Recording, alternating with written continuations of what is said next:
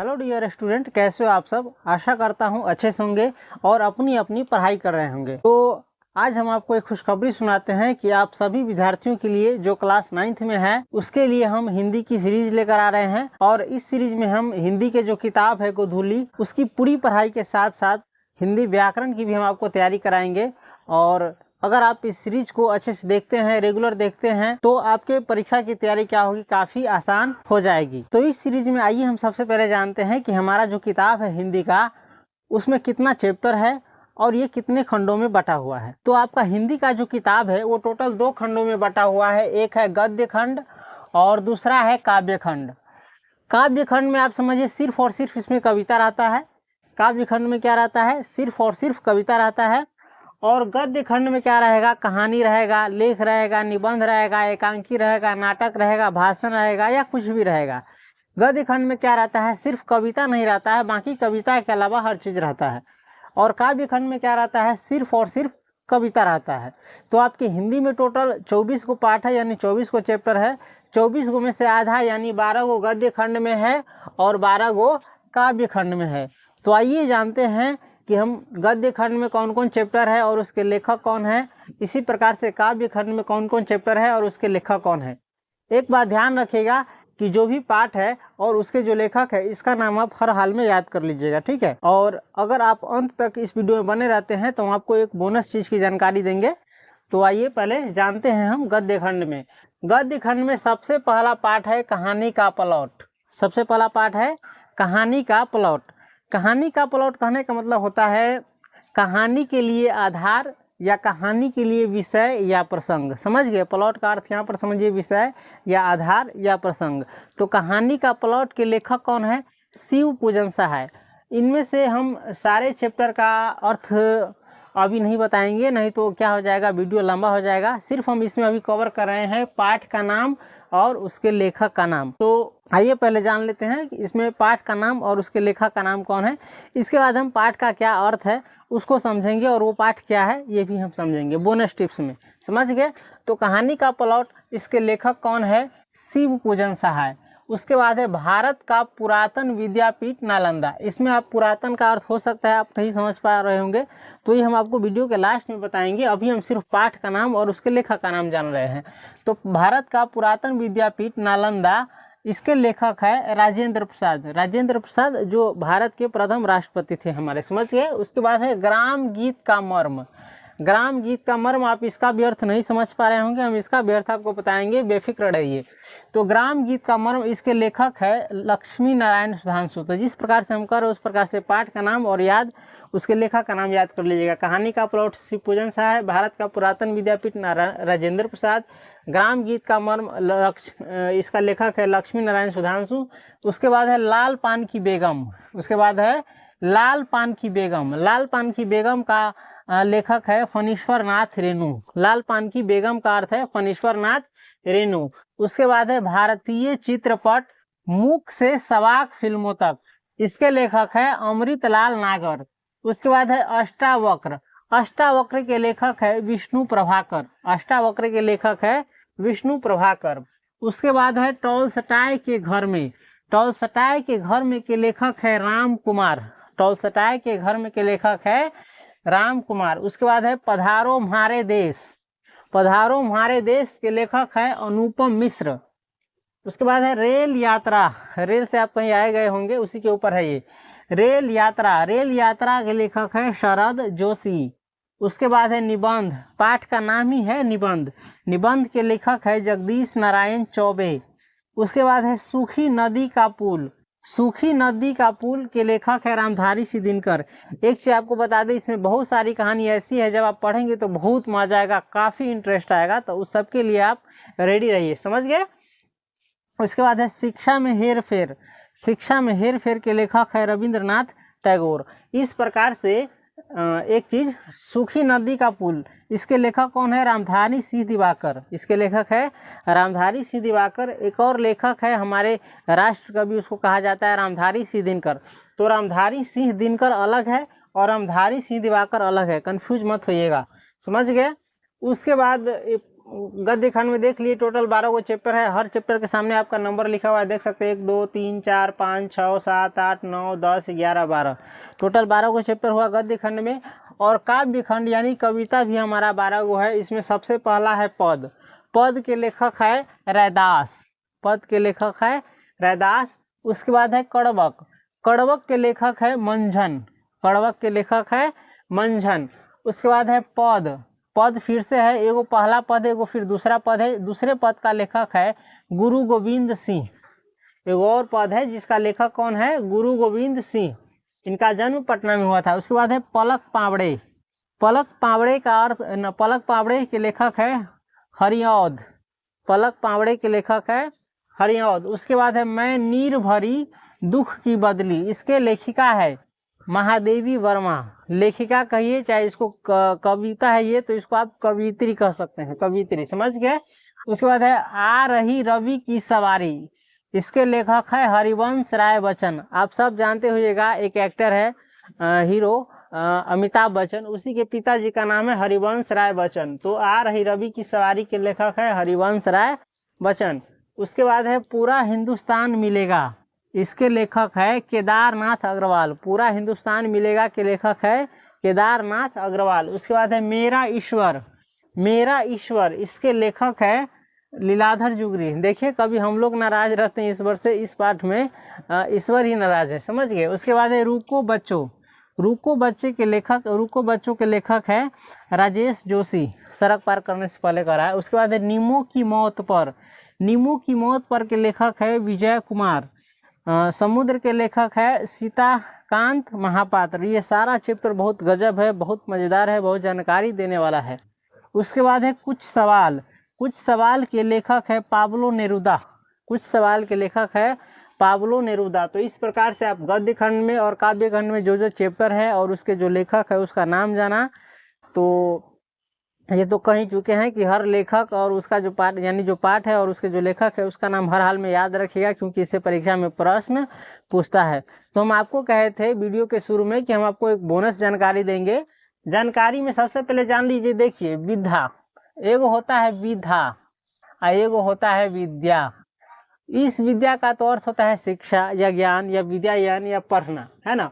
लेकिन इस विधा का अर्थ होता है प्रकार। इस विधा का अर्थ होता है प्रकार, या इंग्लिश में इसको कहते हैं टाइप, है ना। हिंदी में जो पाठ है गद्य खंड में, वो हर पाठ जो है अलग अलग टाइप का है ना।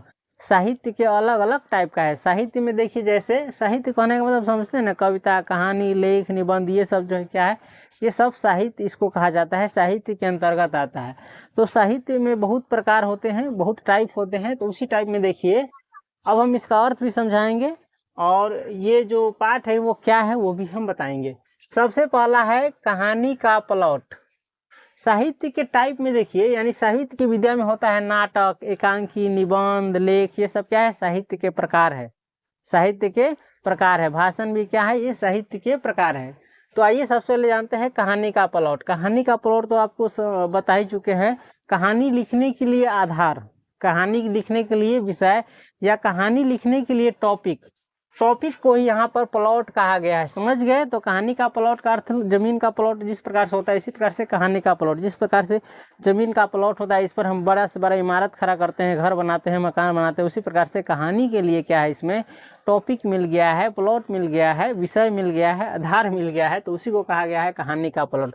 और कहानी का प्लॉट क्या है, कहानी। देखिए इस कहानी को ही कहते हैं साहित्य की विधा, यानी साहित्य के प्रकार। कहानी का प्लॉट साहित्य की कौन सी विधा है, तो कहानी है ना। इसके लेखक बता चुके। उसके बाद है भारत का पुरातन विद्यापीठ, यानी भारत का प्राचीन विद्यापीठ कहने का मतलब शिक्षण संस्थान समझिए, अभी जहाँ पर शिक्षा मिलती हो। तो भारत का प्राचीन यानी पुराना विद्यापीठ यानी शिक्षा का संस्थान कौन, नालंदा विश्वविद्यालय। ये क्या है, निबंध है। ये क्या है, निबंध है। अगर अभी तक आप वीडियो में बने हुए हैं तो हम समझते हैं कि आप पढ़ाई के प्रति बहुत इंटरेस्टेड है और पढ़ाई में रुचि रखने वाले स्टूडेंट है, तो अच्छी बात है, इससे आपकी जानकारी बढ़ेगी। तो भारत का पुरातन विद्यापीठ नालंदा, ये क्या है, निबंध है। साहित्य का कौन सा प्रकार है, निबंध है।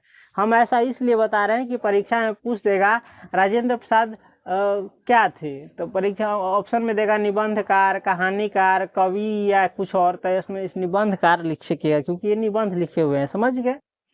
और राष्ट्रपति देगा तो जीके में आएगा। उसके बाद है ग्राम गीत का मर्म। देखिए जो हमारे गांव दर देहात में जो गीत होता है उसका मर्म यानी उसका रहस्य, वो क्या कहना चाहता है, उसका भेद क्या है, रहस्य क्या है, तो उसी को कहते हैं ग्राम गीत का मर्म। ये भी क्या है, साहित्य की कौन सी विधा है, निबंध है। ये पाठ क्या है, निबंध है। उसके बाद है लाल पानी की बेगम। देखिए लाल जोरे में पत्नी रहती है, लाल जोरे में शादी होती है, और उसी लाल कपड़े के ऊपर एक कहानी है। लेकिन ये कहानी और चीज़ आपको बताएगा, इसमें कहानी कुछ और है, मज़ा आ जाएगा। कहानी ये घर घर की कहानी है। आप सब, हम लोग जो बचपन में पापड़ के बदले झापर खाए हैं मम्मी से कुछ मांगने के बदले, उस पर यह कहानी है, तो बहुत मज़ा आएगा। लाल पान की बेगम क्या है, कहानी है। हाँ, आप बताने की जरूरत नहीं है कि ये साहित्य की कौन सी विधा है, साहित्य का कहानी है। उसके बाद है भारतीय चित्रपट। चित्रपट का अर्थ फिल्म होता है, फिल्म जिसे हम कहते हैं।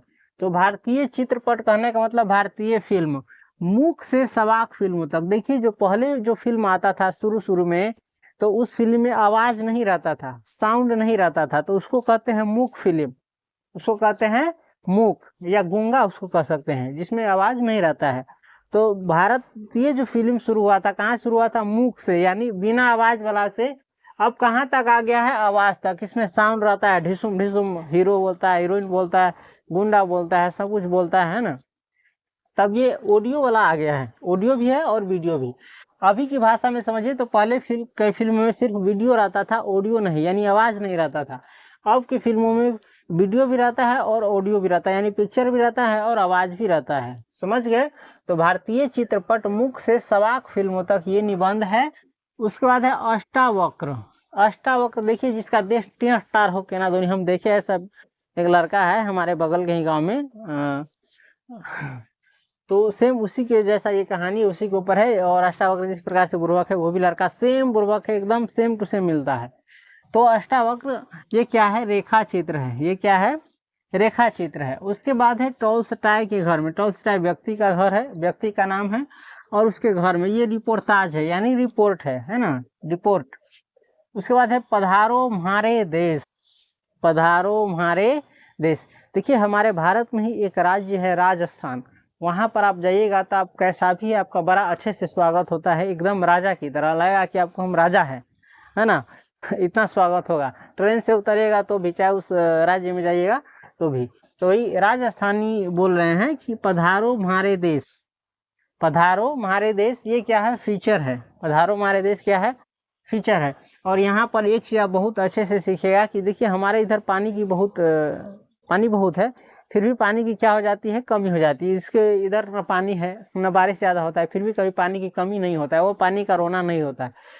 क्यों, फर्क है कि ये जो पानी को सहेज करके रखते हैं, बर्बाद नहीं करते, हम लोग अंधाधुंध पानी को बर्बाद करते हैं, जिसके कारण हमें ये दिन देखना पड़ता है। उसके बाद आइए रेल यात्रा। रेल का यात्रा किए हैं कभी, ये व्यंग है इस पर, रेल के ऊपर कटाक्ष है ना। आपको जो दुर्दशा होगा रेल में, आपका जो मोस्ट वेलकम होगा, आप समझ नहीं सकते हैं कितना कैसा स्वागत होगा आपको रेल में।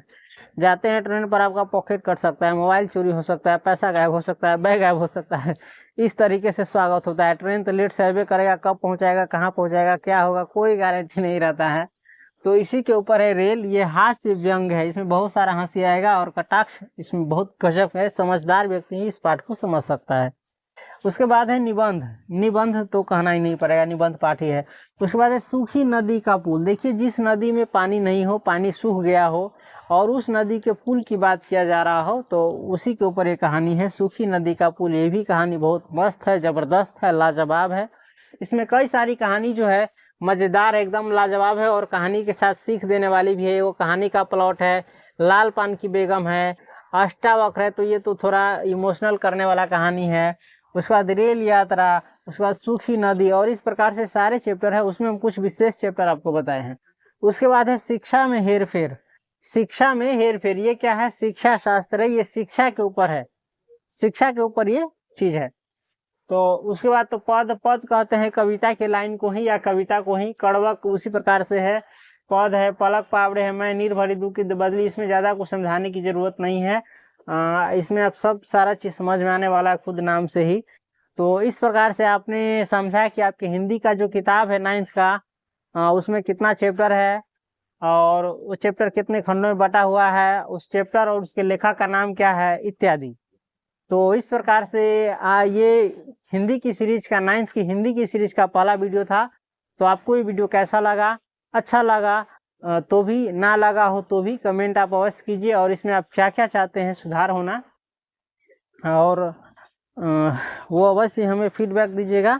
एक कमी रह गई है डिजिटल बोर्ड की, तो हमारा कंडीशन अभी वैसा नहीं है, हमारा आर्थिक स्थिति सही नहीं है, कमज़ोर है, तो इसके कारण हम अभी इस पर ही पढ़ा रहे हैं, व्हाइट बोर्ड पर ही। अगर आप सबका सपोर्ट रहा, साथ रहा, तो हम अवश्य भी डिजिटल बोर्ड पर आएंगे और उस पर धुआंधार पढ़ाई करेंगे। आप सबकी पढ़ाई के लिए हम क्या है, अब हमेशा के लिए क्या है, आपकी सहायता के लिए तैयार रहेंगे। तो उसके लिए आप बेफिक्र रहिए, हमें जितना भी मेहनत करना पड़ा आपके लिए, जो भी करना पड़ेगा हम करेंगे, उसके लिए बेफिक्र रहिए। आपके पढ़ाई के लिए जितनी भी मेहनत करनी पड़े करेंगे। तो जाते जाते एक प्यारा सा कमेंट छोड़ करके जाइएगा, और यदि आपको वीडियो थोड़ा सा अभी अच्छा लगा हो तो एक लाइक करके जाइएगा, क्योंकि आपके लाइक से हमें ऊर्जा मिलती है, ताकत मिलती है और भी काम करने की। तो हम इस वीडियो की शुरुआत कर रहे हैं, इसमें एक भी सब्सक्राइबर नहीं है, तो यदि आप सब्सक्राइब भी कीजिएगा, आपका सपोर्ट रहेगा, तो हम ज़रूर ही इस सीरीज को और आगे बढ़ाएंगे और 9th के और बाकी जो विषय है उसको भी लेकर के आएंगे। तो अब तक के लिए यह वीडियो यहीं तक का था, मिलते हैं फिर अगले वीडियो में, तब तक के लिए धन्यवाद।